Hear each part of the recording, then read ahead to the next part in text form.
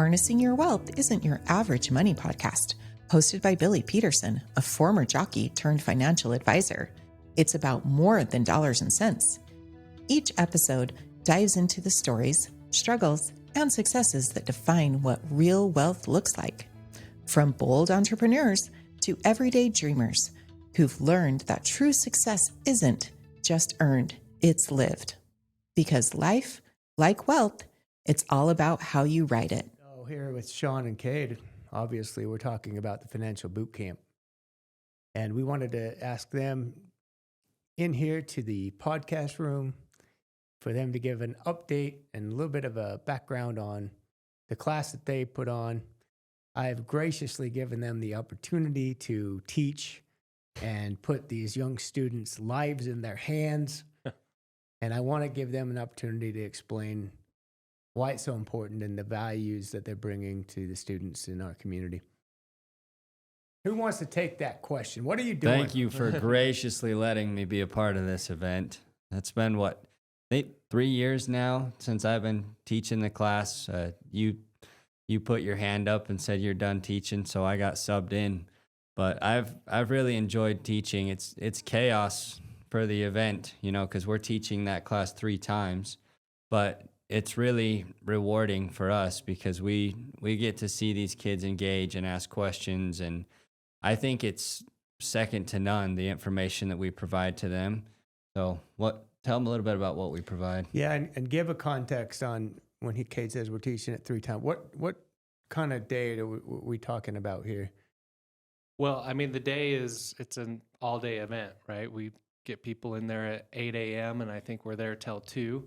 So when Cade says we're teaching it 3 times, we're breaking up the group into 3 different sections, if you will. So everybody will attend our class, and then the other instructors' classes, who I know you're going to also interview for this. But Cade and I have the investment and finance basics is what I would say we teach.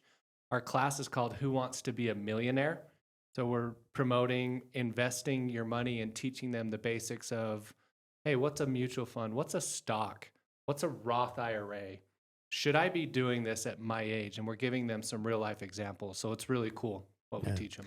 I mean, I love it. I know that we've been big fans of helping our clients and being kind of sounding boards and an inspiration in some cases to students and young kids who want to become financially successful and make decisions today that can improve their position in life.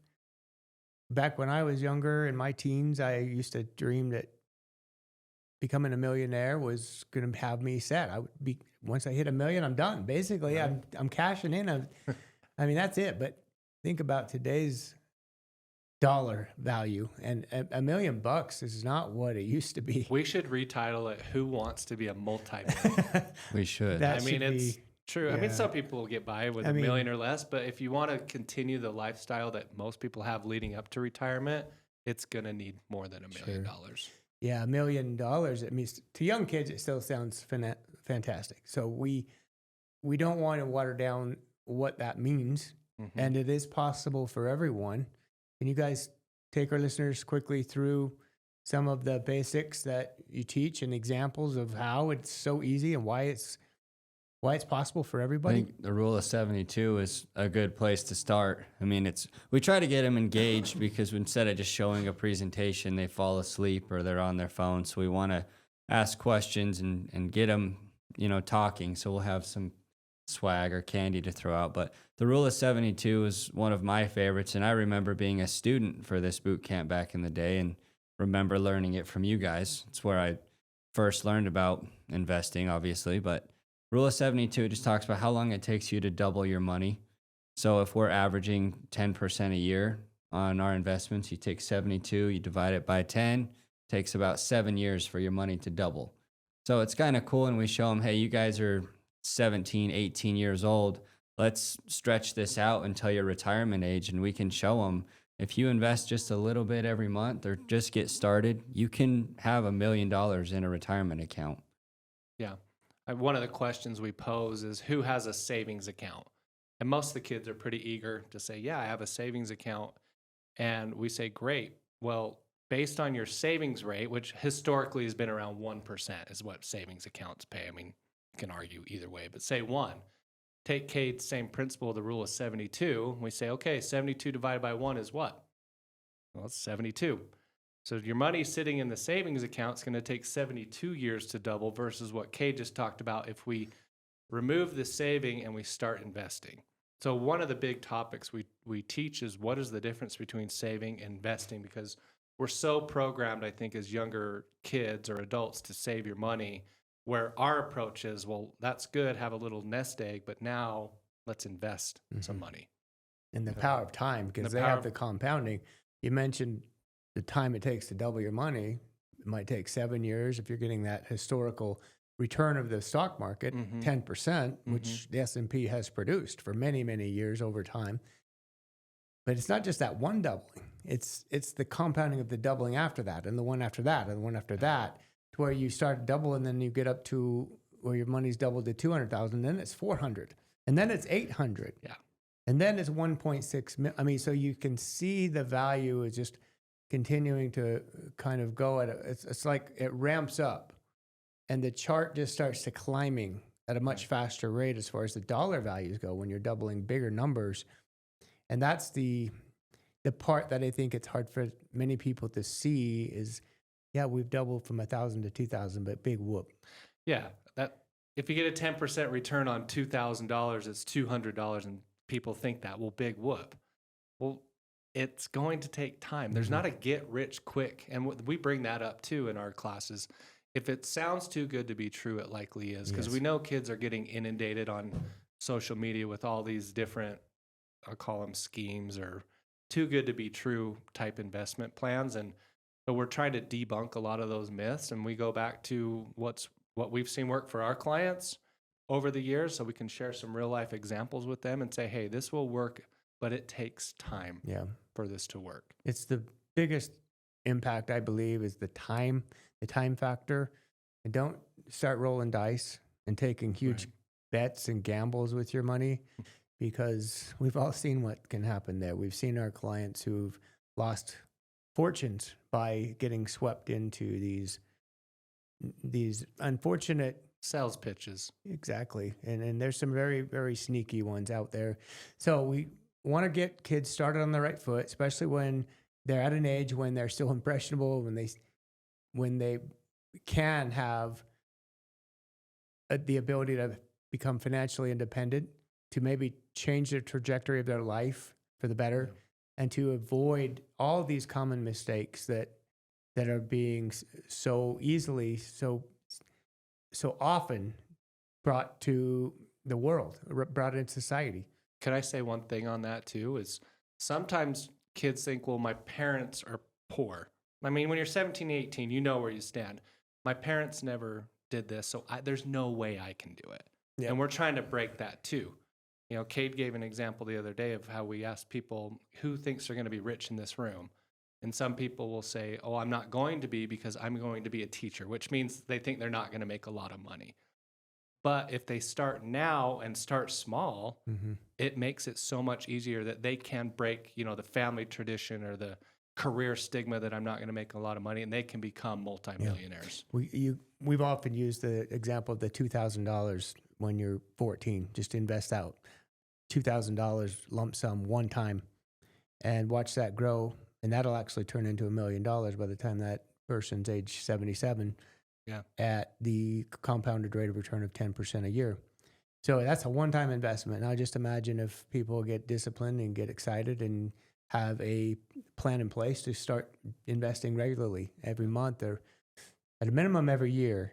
Yeah. But get started and take advantage of some of the tax deduction options. And you guys talk about that in your presentation.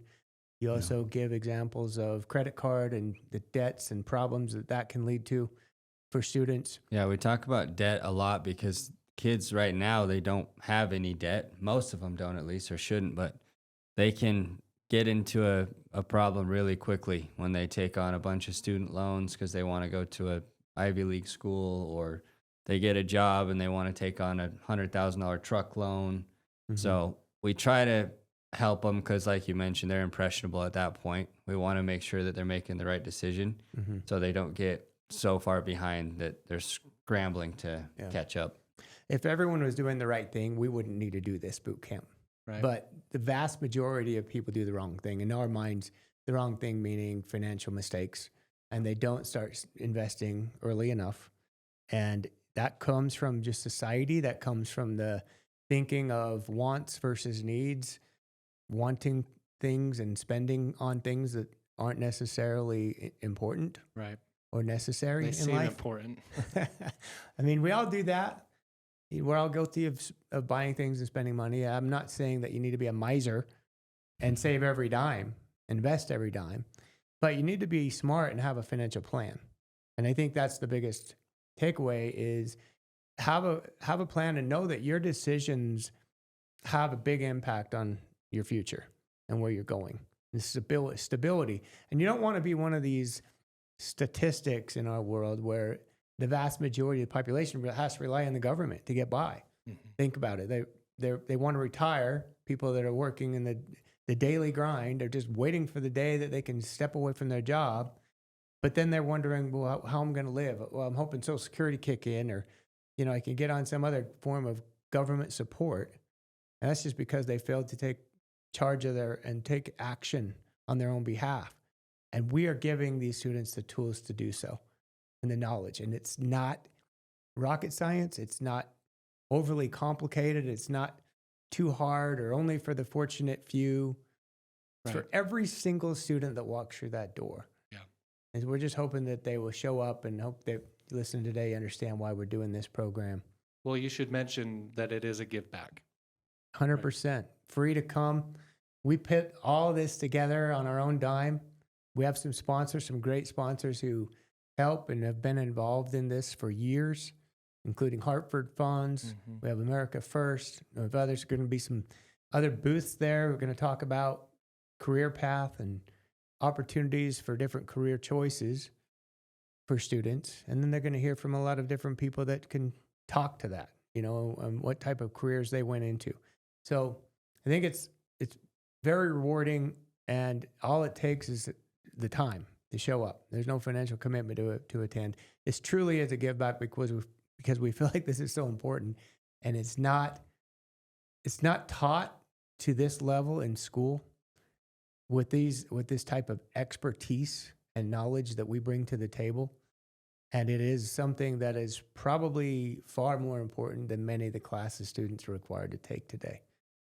So with that being said, I think you guys are doing great things. We're glad that you're teaching the class that you're doing and helping us move this thing forward. So thanks for joining us today. Thanks for having us. And you'll have the next speakers here shortly. Thank you. Welcome back, guys. We're here for stage 2 of this podcast. The show is all about the Financial Health and Wellness Bootcamp. And last show was Cade and Sean discussing their class and what they're bringing to this event.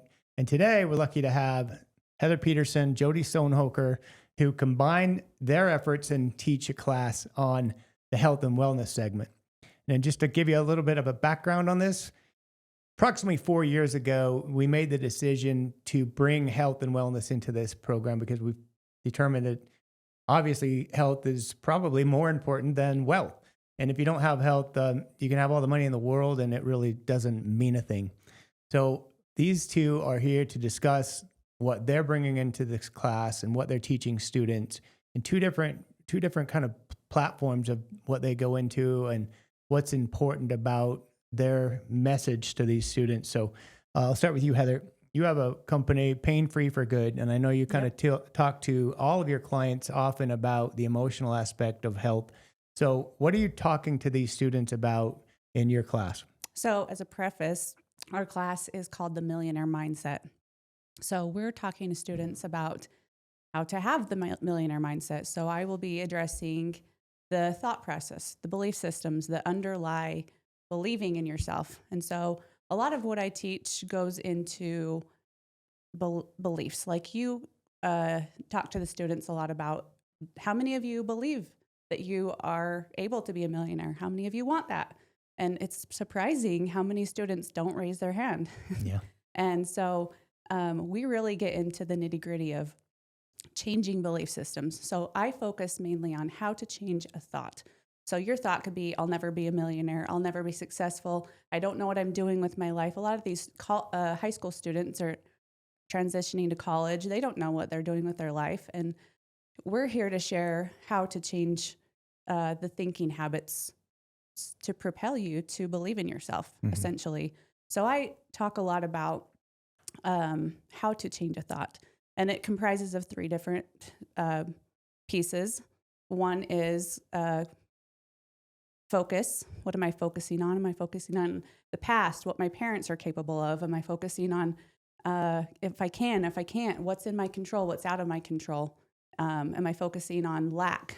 Because a lot of these students, they don't believe that they can be abundant. And so a lot of that, it's all about changing their focus. The other is their physiology. And physiology is essentially a lot of different ways, but I mainly focus it on what is your confidence? A lot of these students in high school, and I myself reflect back on being a high school student, and I lacked a lot of confidence.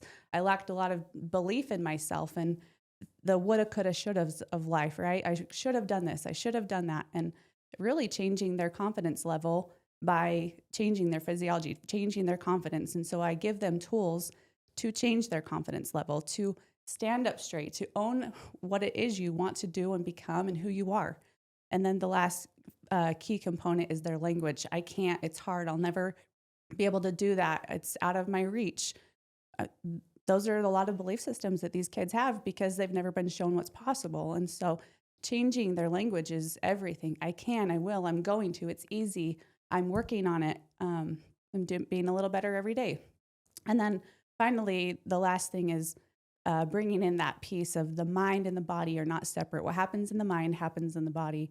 And so we're bringing that all together, and I'm showing them what shows up physically for you when you have pain in the body. So this could be knee pain, stomach aches, headaches, shoulder pain. You know, a lot of these kids are athletes, and so I address what's going on. A lot of these kids are breaking down essentially out of nowhere, right? But what happens in the mind happens in the body. So there's a lot of stress they're putting on themselves, performance for their parents, or pressure to get a college scholarship. And so we're changing all of these things for these students, and it all starts in the mind.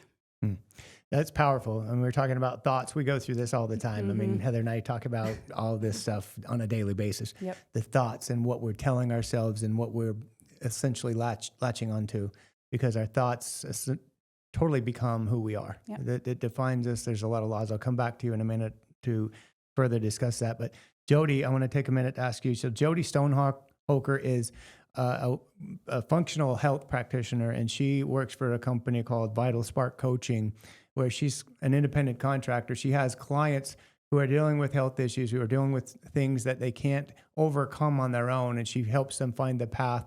Jodi, give a bit of a background on you and what you do. Yeah, so helping women anywhere from like mid-20s all the way to 50s, really, because that's when the body starts breaking down and they're seeing these big hormonal shifts, gut issues, especially in the world we live in where we're inundated by a lot of stressors. So really, like, one, Heather's been a great mentor to me, and so I work with the mind, body, soul as well. But I meet people where they're at. Most people need that tangible physical aspect, and so really looking at how to calm their nervous system down first. We go in layer by layer, really addressing the nervous system, focusing on obviously the body as a whole, but we are, how do I explain this in a short term? Working on the body's detox system, and then working on the big heavy hitters that the body needs to work through in order to, again, calm the body down, get their nervous system regulated. And then the tangible aspects of, are you living a healthy lifestyle, meaning nutrition, exercise, movement, sunlight, circadian rhythm, timing, and then those thoughts and beliefs, just like Heather touched on. So important. All of those things go into having a healthy lifestyle and being healthy. Yeah. Sometimes we get latched onto, well, I'm just an unhealthy person because my parents are unhealthy. It's just genetics. and yet they're living the same lifestyle. They're making the same behavioral choices that has been passed down, and they don't correlate. That probably your health is not so much genetic. Yes. Matter of fact, there's been a lot of studies saying it's totally not genetic, is how you are perceiving your thoughts. And so if mom's a worrier and always stressing about things and doesn't eat right and doesn't ever exercise, well, guess what? That's where it comes from.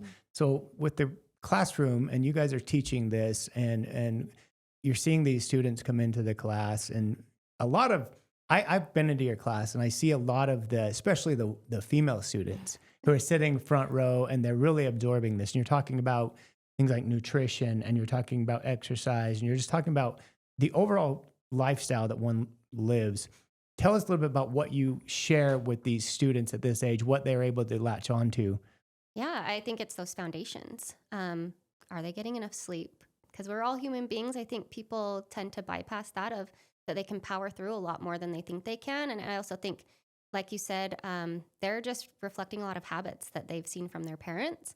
And unfortunately, I think that health in general in the United States hasn't been like the greatest example. So yeah, they're really just like thinking that it's okay to wake up and off of 5 hours of sleep, roll over, have some quick sugary cereal, be super stressed out by all their class stuff, not really fuel properly, and compare themselves on social media. So in my class, I go over those steps of, okay, hey, let's treat our body right. Let's get these foundations locked in that we know and have seen proven that this is what works. Because yeah, like if we want to be successful in life, that is the 80%. That is what we have to do in order to really thrive and be like a decent human being, right? Is where we're not ending up with chronic illness in our 60s, 70s, and so on. Right. So important. I mean, we deal with that so much. Our clientele, we always ask, how long are you going to live? And it varies, the wide spectrum. Some people say, well, I don't think I'm going to make it to 75. Yeah. And it just runs in my family, and heart disease or whatever it might be. And we try to start going into the whole concept of your lifestyle. What are you choosing to do? Let's focus more on that. And I think it's so important for these students to change the way they think about health. And you're right. We spend more money than any country in the world on health, and we are one of the least healthy countries. Now, correlate that. Imagine spending more money. It just seems like it's going to the wrong causes. So in our opinion, this is what makes more sense. I always latch on to this concept of you feed a man for a day, you give a man a fish, you feed him for a day, and you teach him to fish, and you feed him for life. And that's what we're trying to do here, is rather than just hand something like doctors often do, we're trying to teach them how to take care of themselves. Let's go back a minute. Heather, you talk about this whole set the stage and some of the things that kids do to maybe harm themselves from a health standpoint or from a behavioral standpoint. And I know you guys talk a lot about cell phones and just social media and the pressures. Can you give us a quick example on some of those things that you address in the classroom? Sure. So I ask a lot of kids, how many of you suffer from anxiety or depression? And a lot of these kids are reluctant to raise their hand, but statistics show most of these kids are stuttering. Stuttering Stanley. Struggling with anxiety and depression. And I see it a lot because a lot of my clients are referring their own children to me, and they're saying, man, they're just really struggling. And a lot of it is because of what they're seeing on social media. The struggle to even, have some of these apps. Our own daughter is a victim of this, wanting it's Snapchat. Yep. Right. And wanting to fit in. And that's a real problem with these kids. And so they're not fully owning who they authentically are. They're trying to go along to get along. And so I feel like it's so impactful when you talk about, teaching a man to fish, teaching these children to fish, teaching them their own worth, teaching them what they're capable of. They're capable of having confidence, of speaking the best way for themselves, and really showing them, giving them the tools, and letting them decide if they're going to use them or not. Mm-hmm. And you talked about focusing on lack or focusing on what you have, and it's just the law of attraction, right? It's really what you focus your attention on. Sure. More comes to you. Yep. It's just such a kind of a novel concept. It makes sense conceptually, but very few people actually understand and apply that to their life. Exactly. Yep. And what are your maybe a couple of quick examples of maybe what you guys have seen in the classroom over the last 3 years, and we'll share that with the listeners. From the student standpoint, you guys have had people come up after the presentations and tell you about things going on in their life. And why do you think this is so important? And why isn't it being addressed and dealt with at the high school level from the school district standpoint? I mean, we're living in the Stone Age as far as school goes, and the classes available to these students. A lot of these students are completely unaware this is even available to them. Eating right, having a different diet, getting out in the sun, having breakfast before you head out for school, having the brain health, having the thought process that align to make them the most successful. Their parents don't teach it energetically. Their parents aren't probably emotionally available, like maybe someone that's more aware of what their kid's going through and being able to be supportive, but teaching these kids, you can support yourself. You are capable. You are fully in your own power. Mm-hmm. You're in control of your own life. You think we've given up too much control to the medical world in this day and age? Sure. These students come up to us, and a lot of them are shocked. They all want to know how Jodi has her big muscles. I've seen it, guys. So you go in there and mess with her in a CrossFit gym.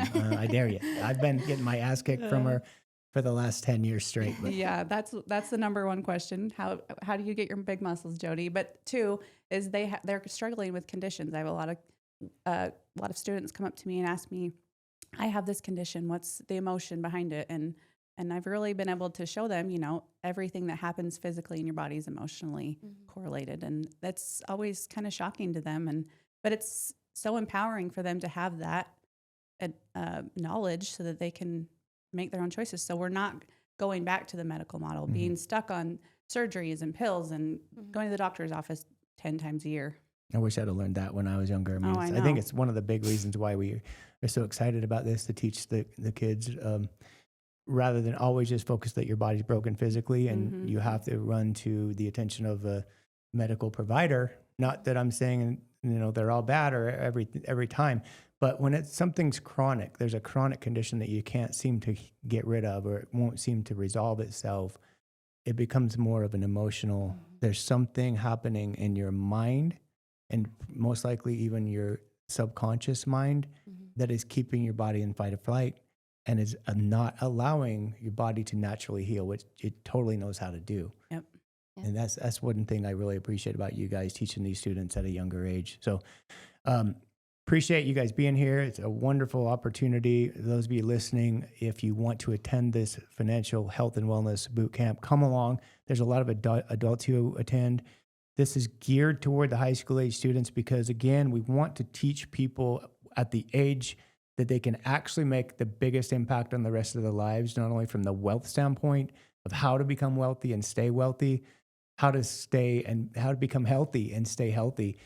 So we appreciate them and what they do. Come on and check it out. Send your students if you don't want to attend, but we want you all to be there and share this with other people who could benefit. So thanks for listening.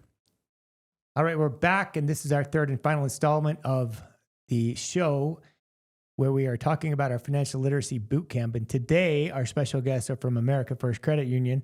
It's a credit union that's very well known right here in our area, especially. And they have a great program that they help students and adults alike with financial literacy. So my guests today, Aspen Ostrowski and Ashley Van Leeuwen, are here to describe the content of the subjects that they're going to teach on. So they're going to both be present at the event, I'm assuming, and you guys are going to be teaching our students, all these students, some basic conversation pieces about financial literacy, and then helping them understand what it is that it's going to take to thrive in the life after high school. So I'll let you guys jump in and introduce yourself a little bit and tell us what the students are going to learn. Yeah. Well, I can start us off. So my name's Aspen. I've been working at America First for 6 years. I started there just right when I turned 18, and I'm still here. Right and I absolutely love what I do. I feel very fortunate to be able to teach financial literacy. It's something that I didn't realize I was so passionate about until I moved into this role. And so we were asked to talk about, or at least we had a couple topics they asked us to come and teach. The one that I'm going to be teaching while we're there presenting is how to spot scams, identity theft, and then earning money online. That's a big thing right now. Oh yeah, certainly. Before I moved into, our departments and our branches, I worked for the actual, I was in a branch, and we definitely saw this a lot. It's very prevalent. And so I think that, being able to talk about it and educate on, certain tactics that, people use to try and scam you out of your money is incredibly, incredibly important. And yeah, it's definitely something that's becoming even increasingly prevalent. And so this one in particular, like I said, I really love talking about it. In this particular lesson, we're talking about different tactics, as I mentioned, that people use. And then a couple things that you can do to help protect your identity as well. Some common tactics used to try and steal your identity, and some things you can do to make sure that doesn't happen to you. Mm-hmm. And then also earning money online. So just a couple things you can do to safely earn some income, online if you're interested in pursuing something like that. So we just have a couple of helpful, things that can help you earn some money online.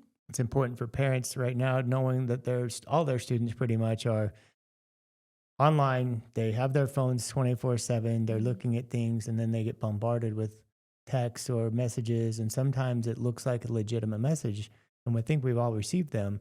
It looks like something that you need to respond to. And it could even be something like, this is the IRS and you owe taxes, or this is the police department and you need to contact us because you have an unpaid ticket, and click here, or, or else.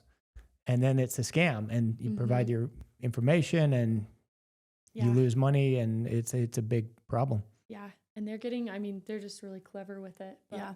A big part of this one too, especially with the age of the kids, right, is they're all on social media. And so part of this presentation goes over social media and being careful not to overshare. If your family's going out of town, don't say, we're gone from Saturday the 21st until, don't give specific days you're out of the house, because anyone that follows you or sees your content knows that there's usually no one in the house, right? Might as well walk in. Yeah. With giveaways, right? Some influencers do giveaways, and so people create fake accounts and ask for your personal information because they're like, oh, you won this giveaway. Give us your information. We'll send it to you. Mm-hmm. And so just protecting themselves, on social media, because everyone's on social media nowadays, especially, the younger kids. And so protecting yourself on social media, I think, is a really big part of it too. Absolutely. That's where the scammers hang out, right? And they know, and they prey on people. Yeah. So beyond the scams and identity theft, what's the other class that we're going to be covering? So the other one, we cover income essentials, acing the job interview, and let's talk taxes. So income essentials kind of just covers when you're deciding on what career you want to pursue, right? There's some things you should take into consideration. Those are, how much money you're going to make, right? How much you're actually going to make. Because every career, right, has different salary ranges. Yeah. Also education, right? How long are you willing to be in school? If you don't like school, maybe being a doctor, not great, right? Maybe not the best decision. We talk about what skills, what natural skills they have, because, right, if you have a job, you want to be good at what you do. So skills is super important. So we just kind of talk about that kind of stuff when considering what job to take. And then we jump into talking about job interviews and some common questions that they get asked, right? So things like, introduce yourself. What should you share? What should you not share, right? Do you need to share how many siblings you have in every state you've lived in? Probably not. Then it goes over, what's one of your biggest strengths? What's your biggest weakness? Right. So just going over kind of those common questions that you're probably going to hear in every interview you do. And so just kind of letting them know this is something really great to say. Avoid saying, with your weakness, right? You don't want to say something like if you're applying for America First. If you're like, yeah, I'm not very trustworthy, I lie a lot. maybe not the best thing, I'm like not very good at showing up on time. I have a hard Yes. time waking up in the morning. things that are like really important, don't share those, Okay. right? But so kind of some tips and tricks on how to answer job interview questions. And do you guys get into the resume building at all, or is it mostly just the actual sit down interview? We as financial literacy coordinators don't. Our HR department usually covers Gets into that. the resume kind of stuff, but With regard to the career choices, do you get into the benefits a company offers, or do you kind of talk about that with the students as far as seeking out employment and the type of benefits they're offering?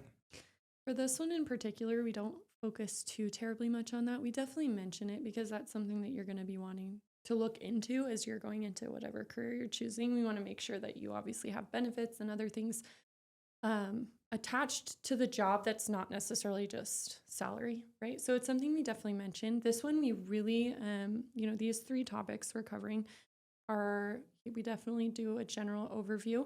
So again, income essentials, Ashley talked a little bit about what's covered there. For acing the job interview, we do also highlight, what you should wear, what you should bring. And we do talk about how they should bring a resume. We don't necessarily go into the details of how to build that resume in particular. In this one, we talk more about actual interview questions and how to kind of conduct yourself during the interview. And then right after that, we do talk about what to expect when they actually receive a paycheck. So we'll go over a little bit about, what they're actually going to receive, talk about like net versus gross income, a couple of things when it comes to that in particular, which is, helpful because those are things they're going to need to know after they get hired for their job, right? Mm-hmm. Yeah. But yeah. And I'm sure there's some tricks as far as helping students to find job openings. Do you guys have some thoughts on that? Where to look for jobs? Is it just online searches? Is it LinkedIn? Is it all the above? Pretty much all of the above. Those things are, really, you could even, if there was a place they were interested in working, you can go to the actual establishment and ask for a job, application too. Again, for this one in particular, we don't talk too terribly much about where to actually go to find those job listings. But yes, LinkedIn is a great one. Really just online searches. That's how I started at America First. I was just looking online for jobs, and I stumbled upon a position as a teller for America First. And so before that though, I was going into I was just driving around and going to places that I thought looked interesting and asking them for job interview or job applications. Yeah. And so any, and like you said, all of the above works. And networking great. is probably a good idea as well. Yeah. Obviously, who it never gets old. Yeah. Let's talk a little bit about America First. Since they dedicate so much time and money, resources to financial literacy, share with the listeners why that is and why is it so important to America First? So America First, part of our mission statement is we're really worried about our members' financial well-being, right? We want to help them in any way that we can to make sure that they're financially literate, that they're financially responsible, so that, because I feel like when people struggle with finances, it bleeds into pretty much every other part of their life. It can be very stressful. So as a company, that's really important to us. And so, right, financial well-being, it all goes down to, do you know how to save money? Do you know about credit? Do you know, all those basic financial literacy topics? And so for us, that's really important, not only for our members, right, but for the community as a whole, because financial literacy isn't talked about very often, right? Parents don't really talk about it with their kids. School, there's a little bit of resource in classes, but it's not like a huge central part. Right. And so financial literacy is just super, super important. And I think that anyone that is financially literate, right, can do really awesome things, right? Mm-hmm. They can set some really awesome financial goals and really set themselves up for a good future. Yeah. And I think something that's really cool is we really do try to spend a lot of time, in K through 12 age range as well, because if you can start building good habits while they're young, it's going to really help when they actually become an adult. They're going to have that knowledge beforehand. So instead of trying to break habits that are already there, they're just creating good ones. So that's something that's incredibly important to us, is to make sure that as much knowledge is out there for, younger generation, so that, when they're graduating, when they're ready to, go out into the world, they have the tools and the resources that they need to be successful when it comes to financial literacy. It's so big. And you hit it right on the head. It's not one of those topics that too many people discuss and talk about. In high school and even in college. They're all talking about the different courses that you have to take, right? The generals, they call them. And so all these things you have to learn. And most of the time, it doesn't really even apply to your career. Yet everyone is going to have to learn how to handle money. And in order to be successful, financially successful, this helps you lay that foundation to understand credit, to understand investing and saving, and understand debt management and all the things that go into that. There's so many offshoots of that conversation. So you're speaking our language. This is why we started this program so many years ago, is because we feel like it was such a big need. The community, it started out as more of a give back to our clients and their kids, because we wanted to help their kids understand this concept. And then it just grew and grew and grew to where now it's massive, and it's hundreds of students who are bused to the university to attend this all-day program and learn from teachers such as yourself, which is why we're so grateful for you guys partnering up with us to be there, because you have this same motivation. You're not looking for anything out of this. You're not trying to sell anybody. You're not trying to grab them and get them to become members. They know you. Obviously, you're going to do a lot of good in the community, and that will soon translate into business back. And that's why we look at it as we're not asking for anything. It's a huge commitment on our end and a huge cost. We're paying for everything. The kids get a free lunch that day, and the whole thing is covered. No expense associated at all. We even have to pay some of the school districts to bus the students in, which is amazing, because you'd think the school districts have plenty of resources, but some of them say, no, we don't have the funds to get them there. So we even cough up money for that. And we're grateful to do it. Again, I go by the motto of, you can give a man a fish and feed him for a day, or you can teach him to fish and you've fed him for his lifetime. And that's what we're trying to do here, is teach them skills that they're going to need to apply and use. And it could dramatically change not only their life, but everyone around them. So we're grateful for you guys to be on hand, to be there. And we're looking forward to seeing you on April 21st. I'll be listening. Make sure you share this with anyone who might be interested. Kids, young adults, friends, family members, school teachers especially. It's really not easy to get these teachers to think about this as a possible course that they can join and they can bring their students to, as like a field trip day. But it's one of the most valuable pieces of information or experiences that they can ever have as a high school age student. So remember this. It's happening at Weber State University, April 21st. And you need to be there, be on hand. If you want to just come and participate, we'd love to have you there. A lot of cool giveaways, many different presentations and classes. We have a business panel that'll have 4 experts on hand from different career backgrounds to talk about their career choices, why they became successful, what they have done differently. So the students get a really well-rounded day of a lot of Q&A and hearing from different experts. Not only the financial literacy, but then we have a health and wellness classroom as well. So that's going to be a good one to attend on top of the financial stuff. So thanks to you guys for joining us today. And we'll talk to you again at the Weber State University event. Thanks for joining us today, guys, and we'll talk to you again soon. Thank you for listening. For more information about today's show, please check out the show notes. Visit our website at www.petersonws.com or give us a call at 801-475-4002. Peterson Wealth Services is a registered investment advisor. This is a paid-for advertisement.